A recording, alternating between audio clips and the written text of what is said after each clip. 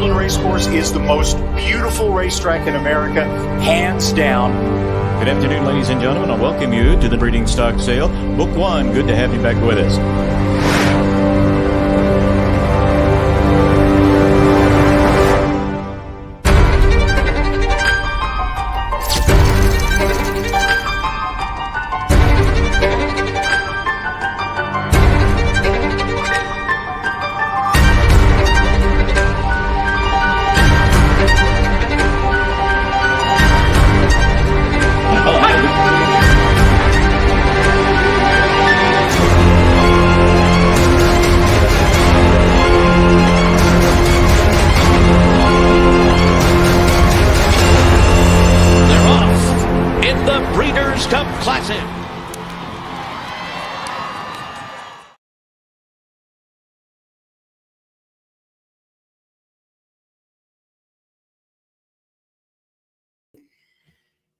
And a good evening, everybody. Welcome into the Keeneland Look Ahead. That's what happens when you're live podcasting and you don't press the right buttons, right? Sometimes you got the mic muted as you open things up. I'm glad you're joining us here on a Thursday night as we get set for the Friday, October 14th card at Keeneland. It'll feature the Sycamore Stakes, the big one for the turf marathoners here at Keeneland in the fall meet. Of course, we got the Elkhorn in the spring for this same set and some very popular distance turf horses that we've seen multi-millionaires running in the Elkhorn. So we're going to have a great field to talk about in race number 9 to preview the Friday card. Also, the return of Strobe, a horse, if you saw Kentucky Derby Day, and who didn't at Churchill Downs. But if you hung around and saw the big allowance win after the Kentucky Derby, or the maiden win, maiden allowance, maiden special win by Strobe, it was one of the more eye-opening undercard races that you'll see in some time. And Strobe is finally back to the races. And Allowance Company will go in race number 8 on the Friday card at Keeneland. So can't wait to see that one. If you followed the action today in Lexington, the 10 race card saw 6 favorites towed home. That was quite a turnaround from Wednesday when they went 1 for 8. And we'd mentioned this on the podcast last night.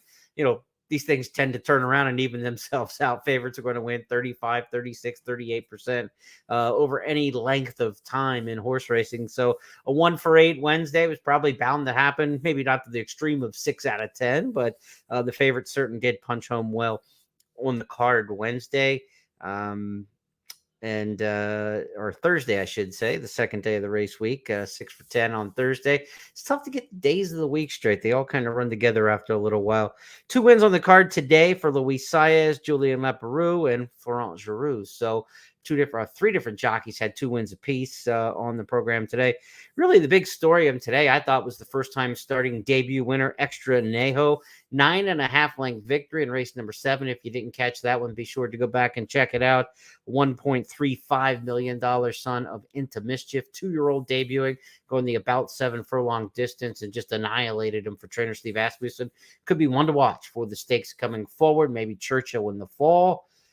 Fairgrounds in the winter, maybe Oaklawn as well with the Steve Asmussen camp. So one to keep an eye on there. And a notable scratch out of the last race today, Beverly Park, the horse who's won 11 races this year, the winningest horse in America, did not compete today at Keeneland. Why? Because he's re-entered on Saturday in the starter allowance race on Saturday. So the Connections opted to go for the Saturday spot and scratch today on Thursday. So Beverly Park, we hyped him up quite a bit yesterday, running on the Thursday card in our preview last night, but he will be back in action. It'll be on Saturday. Hopefully you followed us with the strategies last night and the picks for today. Of course, the selectors box at Keeneland.com. You can get all my top picks in there and 1, 2, 3s for each race. 5 winners on top today, and one of our key plays from the big picture clicked again. Another 15-1 morning line horse. 2 days in a row, we've had horses in our big picture key plays of the day who were 15-1 in the morning line who won. This one returned a little over $20 in the mutual. We got this one home today. It was race number 4 with Mo's Mojo at 9-1. Nice winner there. In fact, it put us up for the meet 5 days into the racing meet. Now we're now in the positive ROI for the season. Had a positive ROI by more than $100 during the course of the spring meet, the best meet I've ever had handicap in Keeneland. So the roll continues. If you take the spring meet, the first 5 meets, days of this, we're 20 plus days of Keeneland racing and positive ROI. We will certainly take that. Knock on wood. Let's keep it going today. Let's take a look at the big picture for the Friday program as we get set for Sycamore Friday at Keeneland. Here's the way it lines up. We've got the Keeneland Turf Pick 3 back, races 5, 7, and 9. So race number 9, the stakes race on Friday, will be the Sycamore, as we said. So that will complete the Keeneland Turf Pick 3, 5, 7, 9. You see that in green. Early pick 5 starts in the first, then the pick 4 starts in race number 2. Pick 6 had a carryover going into the Thursday card. It was hit on Thursday, so we'll start anew in the pick 6. Again, not a jackpot wager at Keeneland. Traditional pick 6. Race number 5 begins that wager on Friday. Late pick 5 kicks off in the 6th. The Friday pick 4 always guaranteed at a $200,000 pool. We'll sail right past that. Pick 4 begins race number 7 for the late pick 4.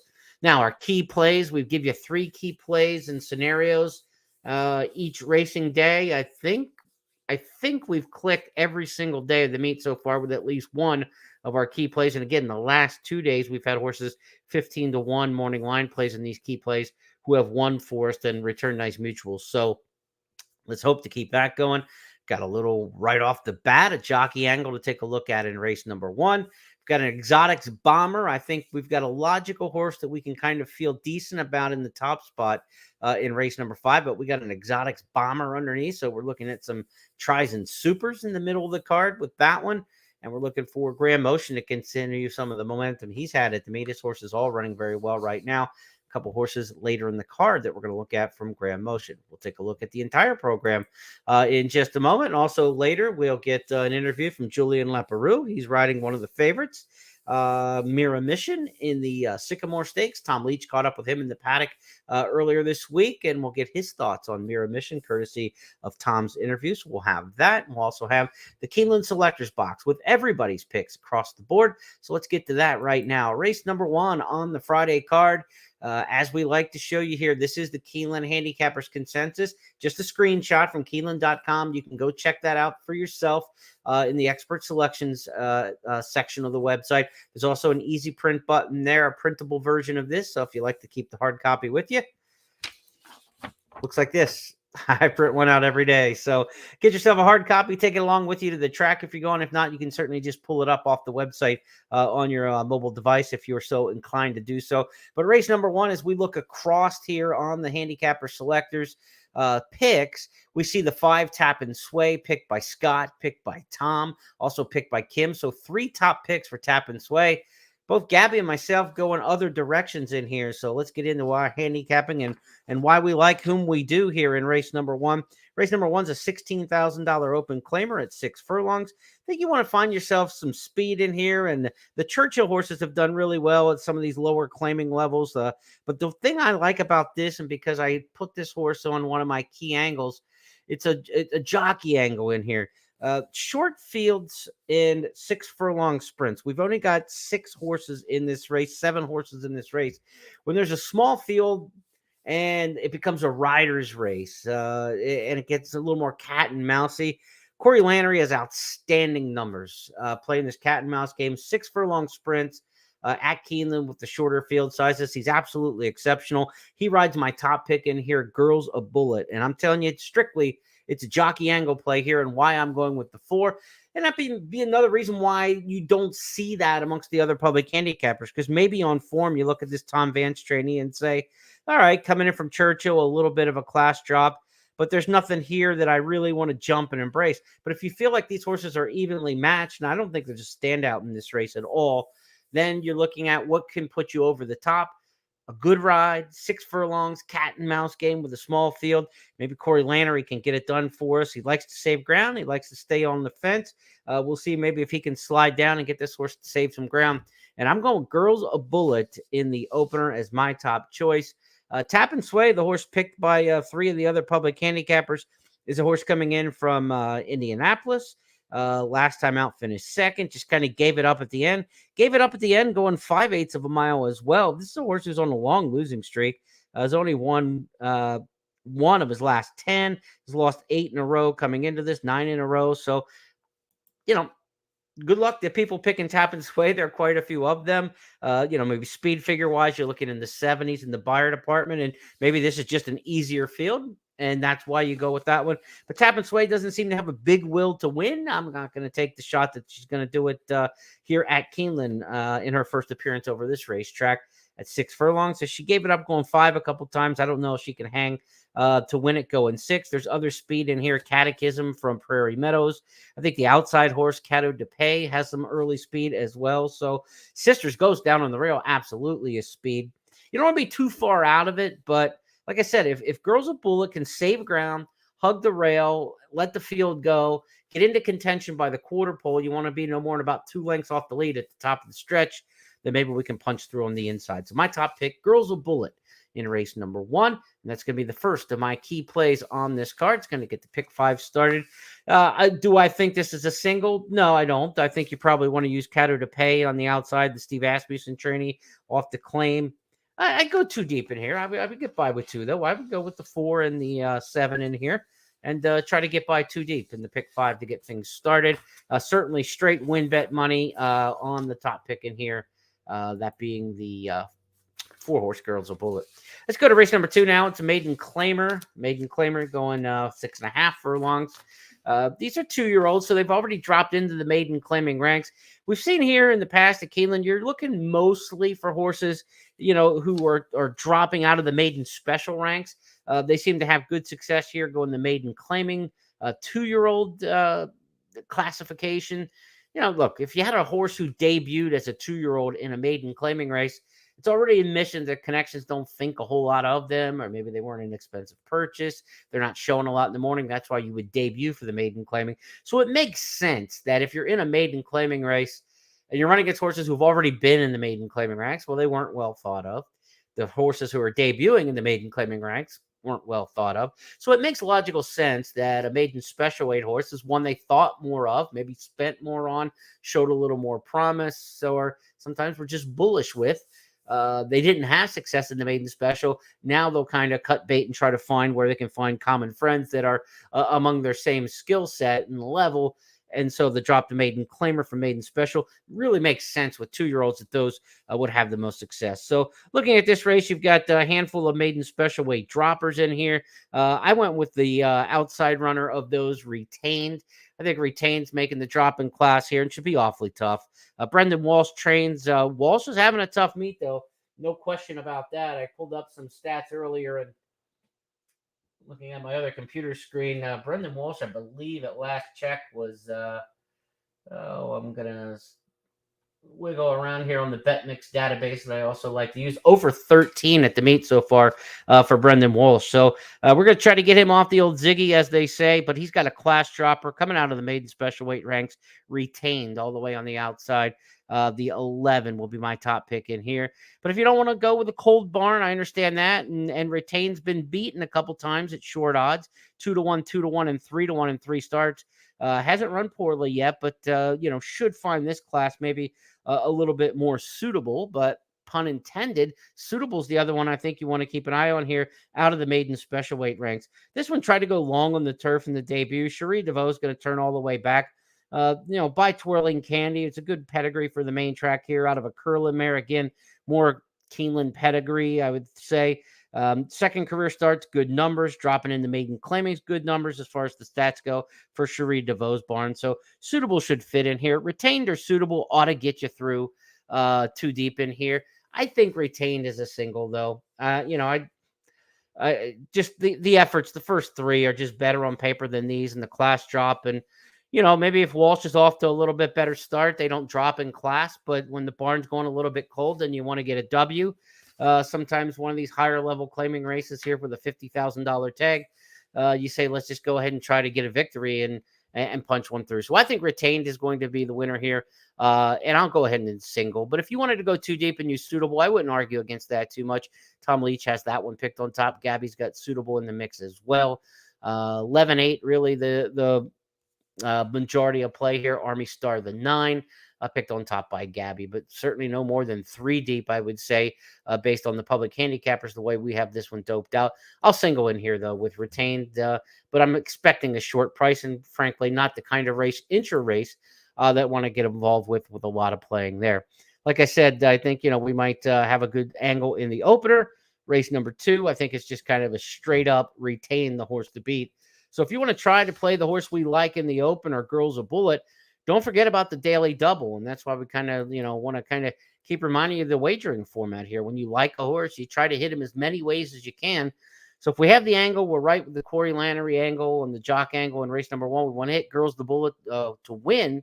But we also want to look at a daily double because retain looks like a really solid play in race number 2. But you're not going to get any money betting retain to win. But if you use retained in the double, a 4-11 daily double in races 1 and 2, you might be able to make a decent score there. You get a good price in the opener. You might double to 3 times your money by using the obvious favorite in the second race in the daily double. So pile it on and layer it, as I like to say. Get the win bet. Look at the double as well. And if you're right on the first, cash your win ticket and be alive in the double to the second, which looks logical. Then you can sit there on your hands in race number 2 and say, I don't have to bet this horse retained, who might be 4-5 or something like that on the tote board. I'm going to get a nice score if he wins anyway. So then you're already set up for it. And of course, race number 2 starts the early pick 4. So I think you're starting with a short price favorite in there in race number 2. So you just kind of line it up there and say, all right, I'll use retained in the pick 4. I'll try to get to him in the double. And if things work out right in race number 1, you're sitting there with a nice pick 5 that's already 2 legs in if we get the favorite. And if you get the favorite in race number 2, you're looking at the start of your pick 4 in good fashion as well. I do think it's going to be chalky in the third race. Little Grazing, the favorite here in the morning line. I'm surprised more people didn't have Little Grazing on top. Everybody's got Little Grazing first or second in here. This is a horse coming off back-to-back wins for $10,000 for 12.5. Claimed most recently in Southern California by Robertino Diodoro.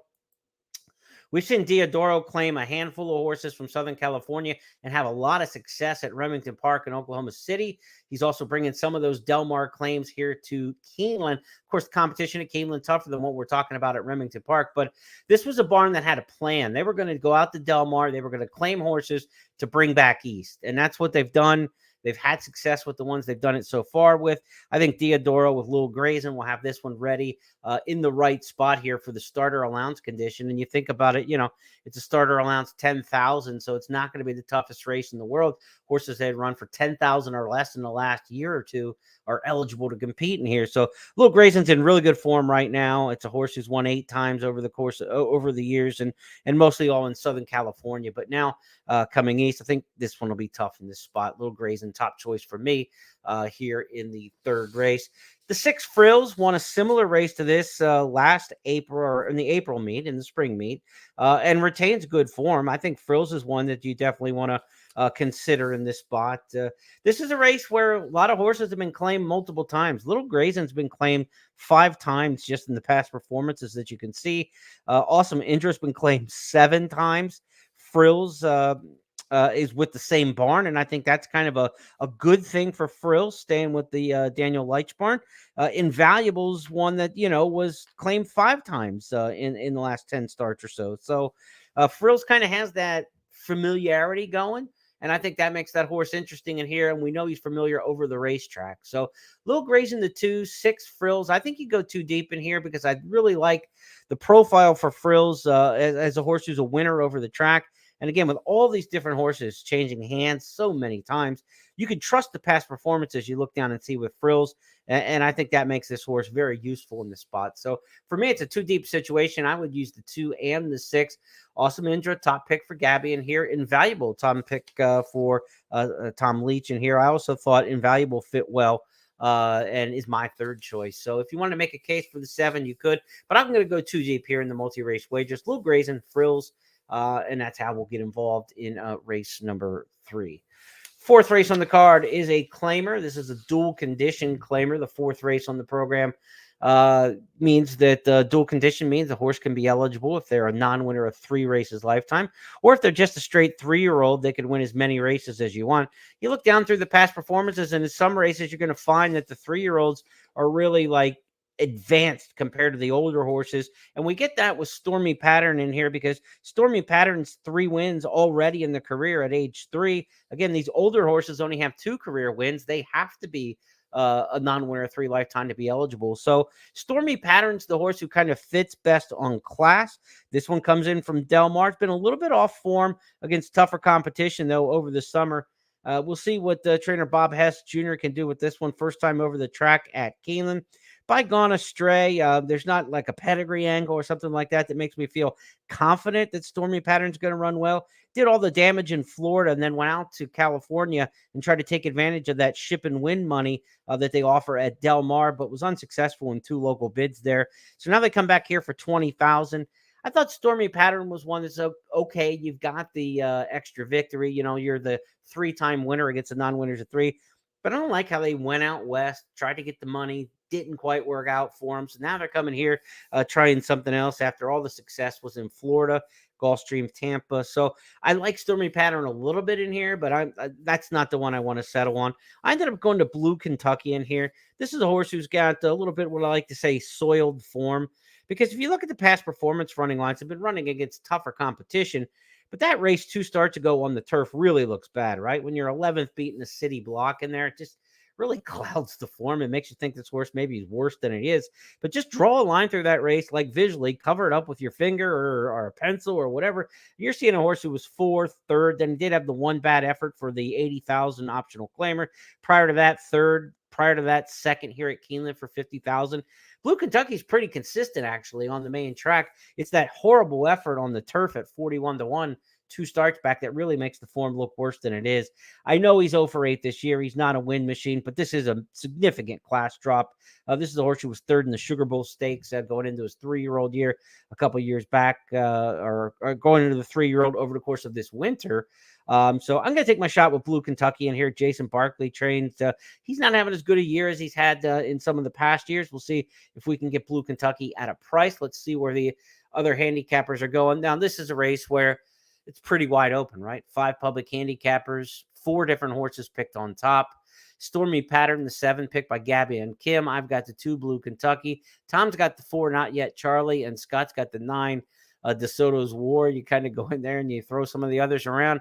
Blue Kentucky gets some respect, though, as Leach's 2nd pick, as Gabby's 2nd pick, as Kim's 2nd pick. So I don't feel so bad being on an island here. In fact, I like when I'm on an island. It tells me I've got, a little something maybe that the others aren't seeing, and that's what you want in this game. So Blue Kentucky, the top pick, but not a ton of speed in here. For this particular horse, going to need some pace help. Not Yet Charlie makes sense on a class drop. Again, that's another one. Draw a line through the last one turf, but it's Mike Maker. It's Tyler Gaffleone and should fit well for the 20,000 level. I would use all 3 of the top horses in here, the 2, the 4, and the 7. I will go 3 deep in here in the multi-race wagers. Blue Kentucky, though, should be a decent price, and I'm looking hopefully for that one to punch it in race number 4. Let's go back to the big picture and our 5th race next on the card. Starts to pick 6. It's also the first leg of the Keeneland Turf Pick 3. We haven't had a Turf Pick 3 since Sunday. We only had 2 turf races on Wednesday, 1 on Thursday, so that wasn't enough to run the Turf Pick 3, but we're back at it here on the Friday card with the Keeneland Turf Pick 3. In this spot, this is one where I think that I've got a long shot underneath the 5 horse in here, Izu, and that's the one I'm going to try to get in to do a little bit of damage. We've got a big field in here, capacity field of 12. It's a turf mile, and these races, you get a chance to get a little something here. I think Lady Poochie, the win, is the horse on top, the one I like best to win it. Coming out of the Virginia Oaks, we already saw Candy Light, who was 3rd in the Virginia Oaks, come back impressively with a rail rally and win a similar allowance race on the card today. So Lady Poochie's coming out of the right race. That Virginia Oaks is live in the allowance ranks, at least here at Keeneland. I think that's going to be the winner. I don't know if we're going to get much of a price on Lady Poochie. I don't think it's going to be like a 8-5 shot or anything, but I think Lady Poochie's going to be somewhere around 3-1. But the price horse we need to get in is Izu, and Izu is the horse at 20-1 in the morning line. My second choice in here, and you see nobody else has the 5 mentioned anywhere. I think we're going to get the price. The recent form was not good in May and June, but this is a race that's got a lot of pace to it. I'm looking for a closer to come and get a piece of it. And last fall at 14-1, when coming off a July to October layoff, this horse Izu made a big rally from 10th to 3rd, got beat a length and a quarter in a similar race to what we're looking at here. Now, if we get another hot pace, which I expect there's some pace in this race, coming off a similar summer layoff, freshened for Keeneland, I think Izu can make a big late rally in here, get a piece for trainer Michelle Nehe. knee high. And I really think that Izu is the horse underneath. So how are we going to try to make money on a horse coming from well off the pace, and we don't necessarily think it's the winner? We like the 3 Lady Poochie. The 5 Izu is the horse we like for underneath. So when you're constructing a trifecta ticket, you want 3, 5, and all in the third spot. Make sure that you get it no matter who runs third. And then you want to go 3, all 5, so that no matter who runs second, if the 5 runs third, you've got the ticket. So for me, this is a big play on the card, and it's a double shot for me to attack in here, where I've got a horse I like that can win, Lady Poochie. If I get 3-1 or so on that horse, I'm happy to take the win bet. But I'm also going to try to feather out and layer out, as I like to say. I not only want to hit this winner with Lady Poochie, I want to get Izu in the second or third slot in here, coming from well off the pace. So it's 3, 5, all in the trifecta, and 3, all 5. I'm not a big superfecta player, but if you are, you can certainly play around with those same kind of combinations and see how, other horses you want to work in. With the dime supers, you can do a lot that way. If you just have 2 of the slots covered, you can get pretty much play and coverage with the dime in the other 2 spots. But I would rather hit a try multiple times in the supers. It's just the way I play, kind of the way I'm rooted. If you're a superfecta player, though, I think this is an effective superfecta race to get involved with, though. Lady Poochie, the horse on top. Izu, the horse underneath. 3 and 5, the 2 big numbers we need to see in the 5th race. Let's go back to the big picture and take a look at what we got coming up with race number 6 as we hit the back half of this 10-race card. Race number 6 is an allowance optional claimer going 6 furlongs on the main track. It kicks off the late pick 5. So 6th race on the card kicks off the late pick 5. And we'll take a look at the handicapper selectors box, where Peaceful Waters, I think, is going to be a strong favorite in here. Alstall Jr.'s horses are running very well early in the meet. Peaceful Waters comes off a dominant 12-length victory at Saratoga. That's going to carry a lot of weight on the tote board. People love blowouts. People love Saratoga winners. They love hot trainers. So Peaceful Waters is going to be an odds-on favorite in here.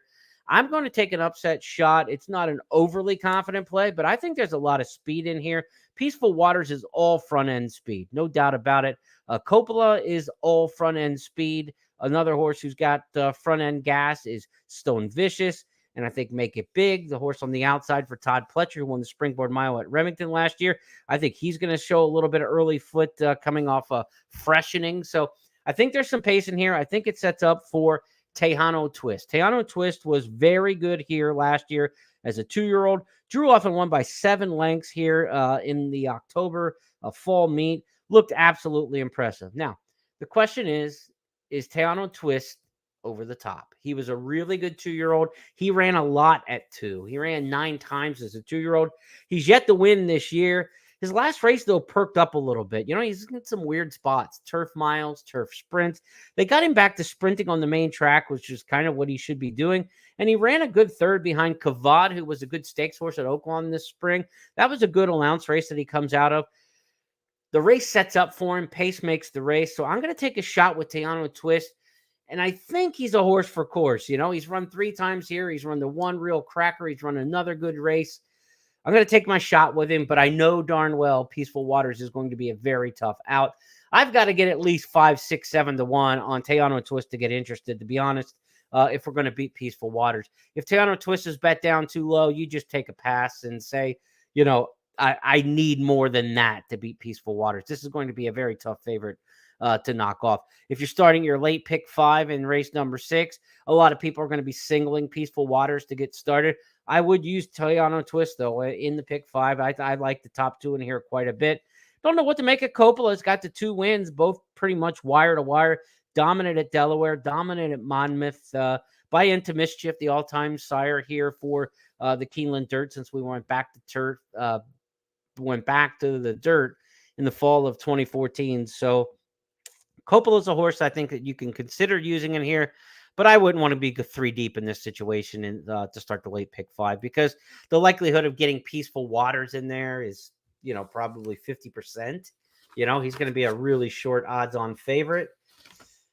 You don't want to be 3 deep and then end up with an even money shot. So you either go against Peaceful Waters and take the other 2 to upset him, or you maybe take one other horse. And I like Tejano Twist. So I'm not playing a pick 5 without Tejano Twist. I can tell you that. but too deep for me. But I know Coppola could be a legit player in there. But we'll just have to prove it. You don't want to spend yourself into a bad pick five situation where no matter what happens, you're not going to get much of a return. You start off in the hole. It's like taking out a loan or something, and with interest, it's like no matter what happens here, I'm going to end up paying for it. And so you don't want to end up with too many horses in a race where there is a logical favorite. I will try one extra though. Tejano Twist, I should say, the other horse that I'll take in race number 6. Back to the big board, we see how the races shake out for the rest of the program. Races 7 through 10. Turf Pick 3 returns here in race 7. It's the second leg of the Keeneland Turf Pick 3. Maiden special weight 2-year-olds on the grass here. And it will kick off the late pick 4. 7th race selections across the big board. Sun B is picked on top. The 5 Sun B for Scott, for Tom, for myself. As for the ladies, it's Callie's Grit for Gabby Gaudette, and Kim Nelson is going to fire with Self-Confident in this one, the 2-horse. Sun B, the top pick for the 3 guys on the big box here. This is an English Channel filly who ran a good second at Pimlico in her second career start. She debuted second at Colonial. The Mid-Atlantic horses have had a little bit of success this week at Keeneland, and part of that reason, Graham Motion. His horses are all running well. Sans a couple like big 30, 40, 50, 60 to 1 type horses. He's had a couple at the meet, like who were no hopers. They didn't run much. But everything that's been like respectable and expected to run decent has, and some have exceeded expectations for Graham Motion. So I'm riding the Motion wave. We said the Motion momentum as our key plays on the big board. He's got a horse here in the 7th. That's our top pick, Sun B. I'm also going to take him in the 9th race in the stakes. We'll let the cat out of the bag a little early, but I like Sun B in this spot. Johnny Velasquez rides for Motion. Horse has got 2 good efforts, and look, there doesn't appear to be any standout superstars in this 2-year-old maiden special. The one Callie's Grit's already run a couple times, was bet to favoritism in the juvenile filly stakes at Kentucky Downs. So that was interesting as a maiden at the Joe Sharp training, was bet to favoritism off the career debut second. Certainly respect that one. I put it second in my selections. Self-Confident, the 2-horse, the other one that I think is going to take some money in here. Big rally at Kentucky Downs from far off the pace to finish second for trainer Shug McGahee. Shug hadn't had too many at the meet here so far, but Self-Confidence, a horse I think that you can respect in here. And also Bolt Oro, a Mark Cassie trainee who kind of has the same race on the form as Self-Confident. Very similar effort. Last time out going a mile on the turf at Kentucky Downs, rallying from far back to finish a narrow second, losing by a nose. Not much difference between those two on paper. But for me, I think it's about the top 2 in here. I think it's a 2-deep situation. Sun B, the horse to beat, and the one I like. Callie's Grit, the one who was favored in the stakes race last time. And if you look at the public handicappers, 5, 1, 2, that kind of seems to have most of it covered. The 9 Bolt Toro also in there. 5, 1, 2, 9. There's really only 4 horses getting a lot of love in this particular spot. And I feel good about the 5 Sun B, the way they're going. Callie's Grit I'll use as well. So 5-1. I would go 2 deep. Just like in race number 6 going 2 deep, I would go 2 deep in race number 7 as we approach a standout single in the 8th race. That being Strobe, as you see, Strobe the top pick for 4 of the 5 public handicappers. Mahamel the top pick for Tom Leach, who then takes Strobe second. Mahamel's the second pick for a lot of the handicappers as well.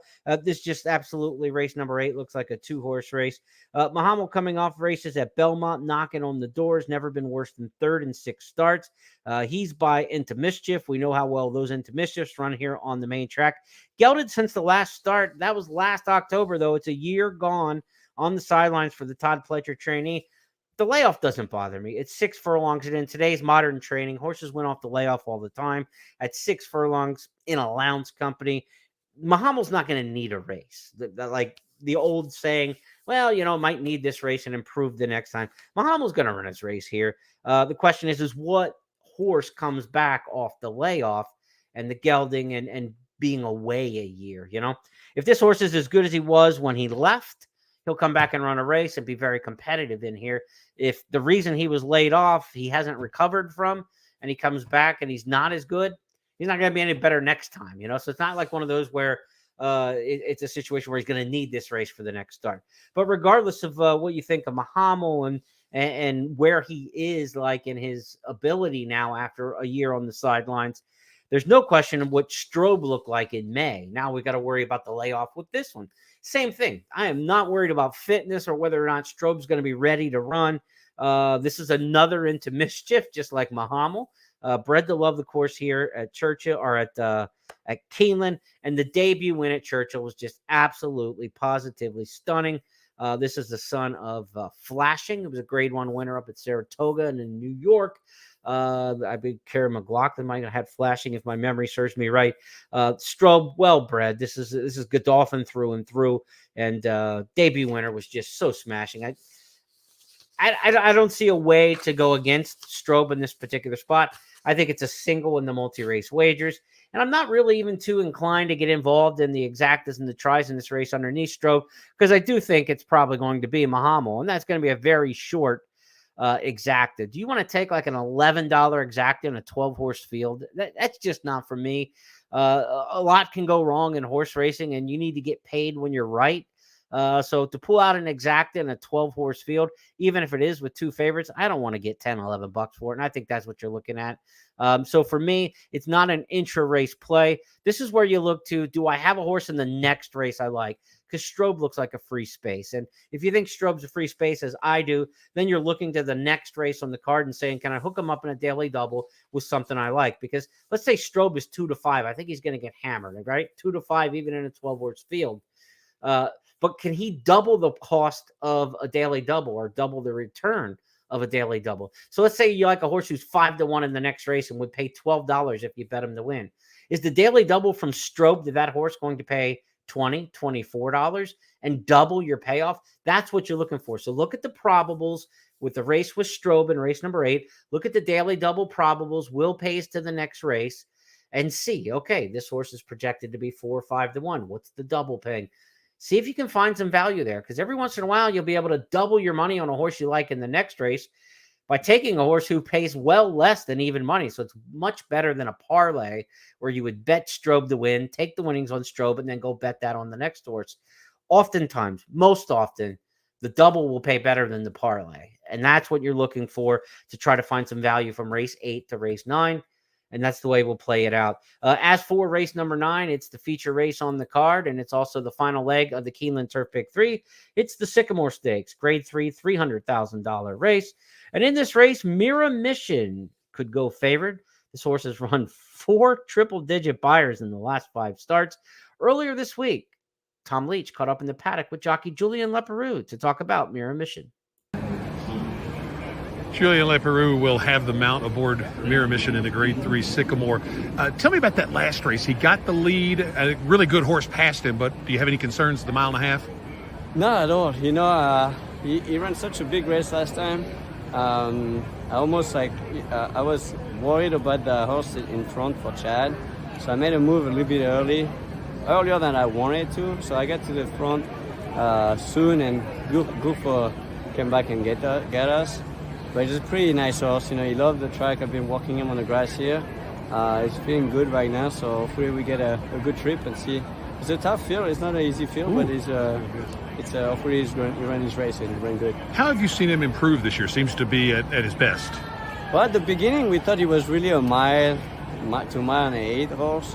But first race back, I mean, after Churchill, the first race in Saratoga, a mile was too short for him. So we thought maybe 1.5 miles was his distance, and I think we're right. I think the 1.5 mile race is going to be good for him. If we're getting a little rain this week, finally, if there's a little cut in the ground, does he have a preference? No, I don't think so. I think he'd be fine with it. He ran at Churchill. It was near soft on Derby Day. And it's a pretty light horse anyway. It's not a very big horse, so he should be going over the track good. Handles this course well? Yes, he does. So you hear there from Julien Leparoux, a little admission that they moved a bit too early at Saratoga in the Sword Dancer, and it may have cost him as Gufo was able to run him down. Little thing called compensation in life, right? I mean, you do something one way and it didn't work. Sometimes you'll go the other direction the next time and try to compensate for it. I would not be surprised if they wait, and then wait more with Mira Mission, that he's going to try to make the absolute last move to win this race. Similar to what they did in the Canadian Turf when they were able to win that. Didn't strike the front until basically right by the finish line. That was over 1.16 miles. I'm not so sure Mira Mission is a 1.5 mile horse, but I do love the Dynaformer and the pedigree from Mirror Mission. Anytime you get the Dynaformer and the pedigree going 1.5 miles here on the turf course at Keeneland, that's a good thing. Admission Office has some Dynaformer in the pedigree, Mirror Mission, Temple. These horses are bred to run the 1.5 miles here on the grass. And I just, with the running style, and I've seen enough races, and the fact that they cut this horse back to a mile a couple times, ran in the Maker's Mile here in the spring meet, I'm not sure Mirror Mission is a 1.5 mile horse. I know that might be the most talented horse in the race. That's why I'm on the island here, because everybody else has Mirror Mission. It's Mirror Mission for Scott, Tom, Gabby, and Kim. I'm going to go with Highland Chief. And as I said on the big board and mentioned, for me, it's about the motion momentum. Graham Motion's horses are all running right now. They're running great at the meet. If they're in there with a puncher's chance, they're firing their game. And Highland Chief is a consistent horse. In the last 3 starts, has run well here in Stakes Company in the U.S., in the Man of War, the Manhattan, the Bowling Green, all on the Naira circuit against some good horses. He beat Gufo and Yabir, who came back and won a big one. He's been running against Tributin and Adamo, Rock Emperor. He's been taking on the best of Chad Brown's turf division, and that's good enough for me in this particular spot. So I'm with Highland Chief, John Velasquez, and Graham Motion teaming up here. I do like Admission Office in this particular spot. The horse who's run well here at Keeneland in the past hasn't been at Keeneland for a while, but Admission Office is going to get some pace. This is a closer's profile race typically, and so I think Admission Office will be coming from off the pace. One note in here, DRF has reported that Another Mystery will not run here. Instead, run at Hawthorne over the weekend. So another mystery one here that will probably be scratching. So you're going to get one off the also eligible list at least. So be sure to check the scratches and changes on Friday morning and watch certainly today at Keeneland with Gabby and Scott at 11:30 to get the latest on the field for the Sycamore. But again, DRF reporting Another Mystery will scratch and run at Hawthorne over the weekend. So we'll see who else gets in. Respect for horses like Arklow, a $3 million winner. Red Knight, who's a major graded stakes winner here last year, won the Sycamore, the defending champion back in this race. Nothing wrong with Red Knight coming off of back-to-back wins. It's just a situation where there's only so many spots you can take in here. And this is a tough field. But, you know, for me, I'm going to go with Highland Chief on top, Admission Office second. And I think Mirror Mission will run his race. But I think it's going to be one of those, again, where the 1.5 miles might be what ends up getting him and ends up running third. I'm bold in here. I really like Highland Chief. I like him a lot. I like Strobe prior to that. I think this is a very focused late pick 4, pick 5 situation. Look, if Peaceful Waters wins, Sunbee, Strobe, yeah, you're looking at short, right? I mean, this is not, you got to look at your pick 5 and say, you know, what do we expect to get? And if we get those 3 kind of favorites like that, and then you get in here to the Sycamore, you got to get a little bit of a price somewhere if you even want to play the ticket. You don't want to be playing 5 chalks, you know. So this is a race where I'm going to just single. I'm going to single with Highland Chief in the pick 4 and pick 5 and play a very focused ticket. If there's only a few combinations, can play it multiple times.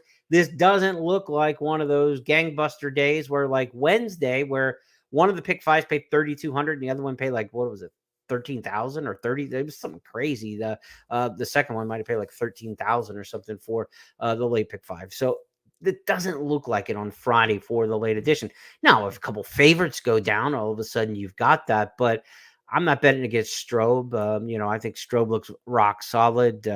You know, Peaceful Waters is one where maybe we can beat him. If we can get Tejano a twist, now we're not looking at a complete chalk setup, right? If we can knock Peaceful Waters off, it's going to be tough to do. But if we can do that in race 6, maybe we got a little something. Let's go to the 10th and final and wrap this thing up for the Friday card at Keeneland. Sycamore Stakes Day, first post 1 o'clock. We get to the 10th and final. It's a 6.5 furlong maiden claimer. I'm on Almanzo in here, as is Tom and Scott. The guys are agreeing on a lot of the races where the ladies are just kind of thumbing their nose at us on Friday. We'll see who gets the last laugh. Gabby's got Impenetrable and Master Game, the top pick for Kim Nelson in here. Impenetrable is my second pick in here. Todd Pletcher trainee, absolutely have to respect that one. Todd doesn't run many in the maiden claiming ranks at Keeneland in the fall, but when he does, he nearly wins them all. Wesley Ward also has a very strong percentage dropping horses into the maiden claiming ranks. So you've got two, you've got two trainers here, Wesley Ward, Todd Pletcher. You think, oh, it's Keeneland, it's a 20,000 maiden claimer. This is one for the little guys. And then all of a sudden the entry box shows up with a couple maiden special droppers for Pletcher and for Wesley Ward. Almanzo, Impenetrable, the race almost has to run through those two. I wouldn't try to separate them for pick 4, pick 5 purposes. I think the Impenetrable will be the favorite in here. I think the Pletcher horse will get bet. I took Almanzo because I thought they were kind of even, and I like the price better on what I think I'll get on Almanzo. But if you're playing the multi-race wagers late in the day, top 2 in here, I think you'd go too deep. Almanzo, Impenetrable, the 8 and the 11. So for me, if you're looking at the late pick 5, I'll just kind of go through it. If you look down the middle column, I'll use 3, 4 in the opener. Then I think Sunbee, Callie's Grit. I think you can probably get by 2 deep in the second leg. Strobe's a single, Highland Chief's a single, and 2 deep in the last. How's that? Let's go 2 by 2 by 1 by 1 by 2. We're only looking at 8 combinations. 8 combinations at 50 cents. It's only going to cost $4 to play that late pick 5 for each time you want to play it. So if you're usually a $40 budget player, play it 10 times. And if it hits, you'll have 10 $4 tickets, 10 50-cent tickets on the $4 total combination on each. And you'll be taking home 10 winners of the late pick 5. Look, we need an upset in there. We need Teano Twist perhaps to get in there. And if Highland Chief can win the featured race, the Sycamore, I think we get a little bit of price there.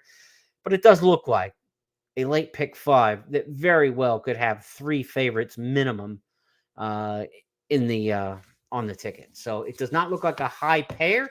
That doesn't mean it's a bad one to bet. It means you bet a smaller number of combinations, more money on those combinations.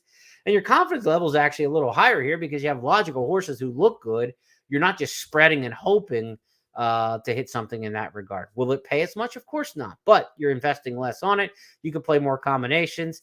Hit something that pays $60 10 times. It's like hitting a $600 winner. And it's a lot easier to come up with logical horses and put them together sometimes than it is scrambling and trying to get a 50-cent ticket that pays $600 because you had a bunch of crazy results mixed in there with it. But if your handicapping doesn't align with mine, then great. Play a ticket that has more combinations on it because you think some of those races are wide open. I certainly play tickets that are spreads on some particular days. But as you've heard throughout the course of this podcast, more often than not, I'm interested in the ones I can focus on. And that doesn't mean you're playing all chalk across the way. Again, I hope I can get Teano Twist in race number 6 to spice things up just a little bit. We'll be back tomorrow night on Friday night to look ahead to the Saturday card. The Queen Elizabeth II Challenge Cup is the feature race on Saturday. So be sure to join me tomorrow night, 8:30 Eastern on Friday as we look ahead to the Saturday program. But between now and then, be sure to follow Keeneland Racing on Twitter and go to the YouTube page, Keeneland Fan, and check out all the videos Tom Leach has on there with connections. We showed you his interview with Julian Leperoux. You get other horseman interviews and recaps of the day's previous races and replays. And you can also get this podcast on the Keeneland Fan YouTube page. So if you can't catch us live, be sure to check it out on YouTube thereafter. Also on the Keeneland social media Twitter feeds. On behalf of everybody at Keeneland, I'm Jeremy Plonk from Horse Player Now. Have a great night. We'll talk to you tomorrow.